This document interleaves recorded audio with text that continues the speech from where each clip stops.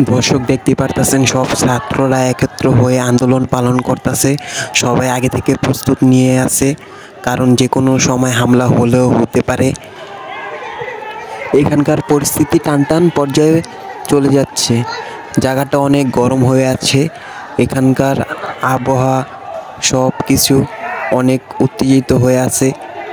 হামলা হলেও হতে পারে। আরও বিস্তারিত জানতে আমাদের সাথে থাকুন নিউজ কাভার 24-এর পর্দায়।